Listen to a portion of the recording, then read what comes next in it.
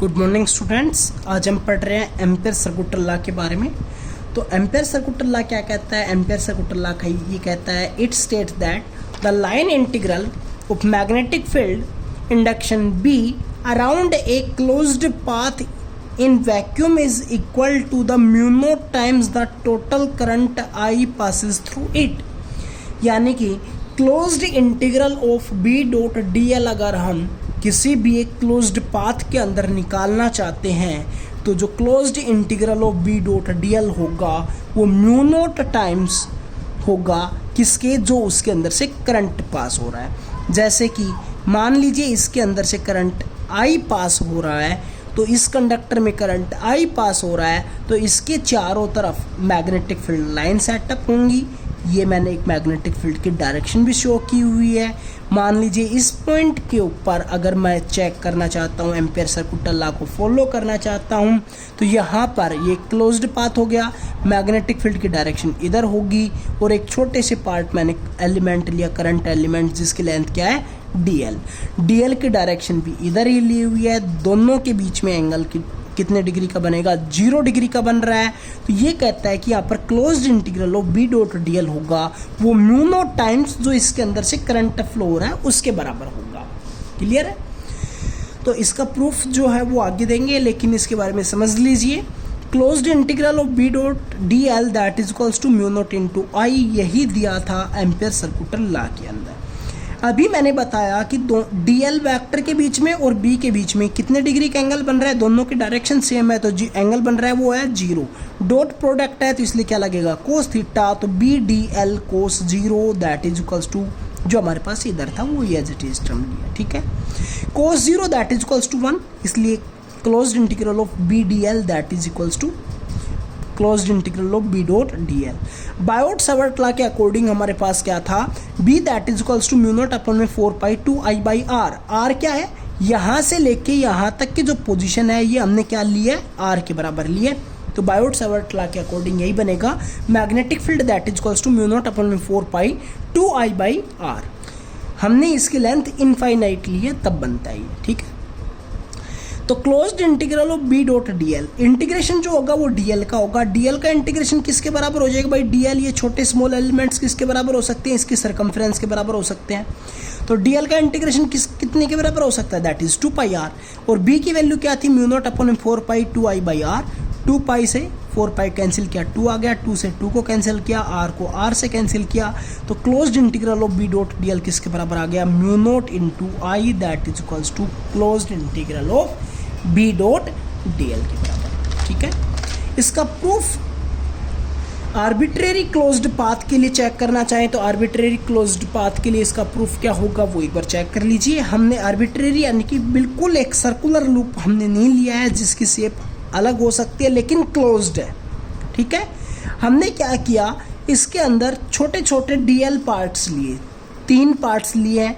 एक part A से B तक जिसकी लेंथ DL1, बी से C, DL2, C से D, DL3। इनका जो एंगल है ये वाला D theta 1, D theta 2, D theta 3 ये लिया है। ठीक है, इसी तरह और भी पार्ट आप लेकर चेक कर सकते हैं, लेकिन जब सभी आप DL1, DL2, DL3 का सम करेंगे तो इसकी टोटल लेंथ के बराबर हो जाएगा।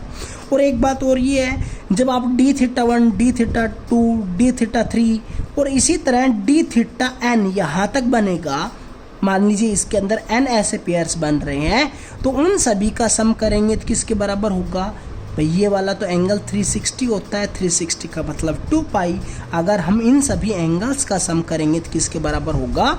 2 पाई के बराबर होगा। ठीक है, the small element AB, BC, CD are small circular arc of radii R1, R2, R3। भाई ये अलग अलग है, आर्बिट्रेरी है, तो ये वाली लेंथ कम है, ये वाली लेंथ ज़्यादा है, तो अलग अलग रेडियस भी होगी। तो मैंने मानना है कि इस वाले पार्ट की रेडियस R1 है, इस वाले पार्ट की R2 है, इस वाले पार्ट की R3 है, एंड सो ऑन है। तो इसके हिसाब से angle that is equals to arc by radius के बराबर होता है। आर्क किसके बराबर है? DL1।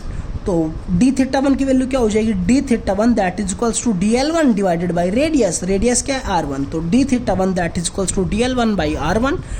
इसी तरह D theta 2 that is equals to DL2 by R2, D theta 3 that is equals to DL3 by R3 के बराबर। बायोट-सावर्ट लॉ का यूज़ करके अगर मान लीजिए मैं मैग्नेटिक फील्ड निकालना चाहता हूँ इस वाले पार्ट्स की वजह से, छोटे से पार्ट की वजह से, तो यहाँ पर क्या हो जाएगी, B1 that is equals to mu naught अपन में 4 pi 2 I by R1, R1 ये वाले सेपरेशन है, इसलिए क्या हो जाएगी म्यू नॉट अपन में 4 pi 2 I by R1, B2 mu naught upon 4 pi 2 I by R2 और B3 that is equals to mu naught upon 4 pi 2 I by R3। ठीक है, अब एम्पेयर सर्कुलर लॉ के according closed integral of B dot DL निकालना चाहता हूँ, तो भाई इसके अकॉर्डिंग क्या हो सकता है, क्लोज्ड इंटीग्रल टोटल पाथ के लिए था, तो मैंने उस टोटल को कुछ पेयर्स के अंदर तोड़ा। देखो यहाँ पर टोटल है तो क्लोज्ड है, लेकिन अब यहाँ पर इनके अंदर मैंने क्लोज्ड नहीं लगाया क्योंकि ये क्लोज्ड नहीं है, ये छोटे छोटे पार्ट्स का निकाल के हम सम कर रहे हैं जो कि उसके पूरे क्लोज्ड के बराबर होगा। ठीक है, तो इस वाले पार्ट के हिसाब से B डॉट DL क्या हो जाएगा, B1 dot DL1 plus B2 dot DL2 plus B3 dot DL3, 3 part का हो गया। सभी का निकाल लेंगे तो भाई सभी का सम कर देंगे तो टोटल के बराबर आ जाएगा जो कि एक क्लोज्ड के बराबर है। क्लियर है, देखो जैसे कि हमने पीछे वाला प्रूफ किया, सभी के साथ कितने डिग्री का एंगल बन रहा है दोनों के, DL के बीच में और B के बीच में, भाई वही 0 डिग्री का, तो cos 0 1 बनता जाएगा, तो क्या हो जाएगा B1 DL1, B2 DL2, B3 DL3 integration के साथ B1 की वैल्यू पुट कर देंगे और B1 की वैल्यू पुट करने के बाद जो DL1 बच गया ये वाली वैल्यू पुट कर देंगे। ठीक है, B2 DL2, B3 DL3 हमने ये कर दिया। अब एक बात और बताऊँ, देखो मैं mu naught upon 4 pi 2 I सभी तीनों टर्म्स के अंदर है, मैं कॉमन ले सकता हूँ, मैंने कॉमन लिया तो इधर क्या बच गया, DL1 by R1, DL2 by R2, DL3 by R3 and so on. अब देखो DL1 बाई R1 को क्या लिख सकता हूँ, D theta 1, DL2 by R2 को D theta 2, DL3 by R3 को D theta 3 and so on. तो इन सभी का सम करेंगे तो किसके बराबर होगा, दैट इज 2 पाई। तो मैंने ये वाली वैल्यू इन सभी की वैल्यू पुट की और वैल्यू पुट करने के बाद वैल्यू क्या पुट कर दी, इन सभी का सम दैट इज इक्वल्स टू 2 पाई। 2 पाई को इसके साथ कैंसिल किया तो क्या बन गया 2, 2 से 2 कैंसिल होके क्या बन गया म्यू नॉट आई। तो closed integral of B dot DL किसके बराबर आ गया, म्यू नॉट आई के बराबर। ये इसका प्रूफ हो गया। इसके applications of ampere circular law क्या है, B vector is tangentially to the loop और B is non-zero constant, zero constant नहीं होगा, B is normal to the loop, B vector vanishes।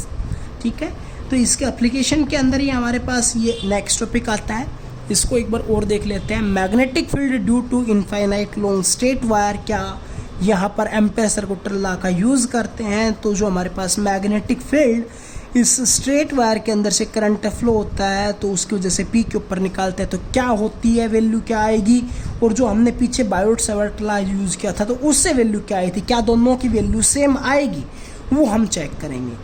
तो हमने लिया है एक infinite long straight current carrying conductor और उसके अंदर से आई करंट पास करवाया हमने। जब आई करंट पास करवाया तो उसके चारों तरफ मैग्नेटिक फील्ड लाइन सेटअप होंगी। बी वैल्यू मान ली मैंने, बी की वैल्यू हम आगे निकाल लेंगे। बी और डी एल के बीच में एंगल क्या बन गया, 0 डिग्री का बना, वो पी पॉइंट के ऊपर हम निकाल रहे हैं। ठीक है, ये वाले सेपरेशन हमारे पास आर के बराबर है। तो according to Biot Ampere circular law क्या होगा, closed integral of B dot D L that is equals to mu naught into I के बराबर होता है। अब देखो बी डी एल कोस 0, क्योंकि दोनों के बीच में यहाँ पर एंगल कितना बन रहा था, 0 डिग्री, इसलिए क्या हो जाएगा closed integral of B dot D L cos 0 that is equals to mu naught into I. Cos 0 1 तो B D L mu naught into I. D L का इंटीग्रेशन करेंगे तो उसकी सरकमफ्रेंस के बराबर यानी कि 2 पाई आर हो गया, तो B into 2 pi R that is equals to mu naught into I. B की वैल्यू निकालनी है, 2 पाई आर को इधर भेज देंगे तो क्या हो जाएगा म्यू नॉट आई अपॉन में 2 पाई आर। अब देखो मैंने यहाँ पर 2 से ऊपर मल्टीप्लाई कर दिया, 2 से नीचे मल्टीप्लाई कर दिया, कोई फ़र्क पड़ेगा तो क्या हो जाएगा, म्यू नॉट अपन में 2 इंटू 2 4 पाई बन गया, जो 2 से नीचे मल्टीप्लाई किया है, और ऊपर वाला 2 यहाँ पर लिख देता हूँ, तो क्या बन गया 2I/r। ये वाला सेम रिजल्टेंट बना जो कि हमारे पास बायोट-सावर्ट लॉ की वजह से भी हमने निकाला था, तो वही मैग्नेटिक फील्ड लाइन्स की स्ट्रेंथ होंगी, चाहे आप एम्पियर सर्कुलर लॉ का यूज़ कर लीजिए या फिर बायोट-सावर्ट लॉ का यूज़ कर लीजिए। Thank you.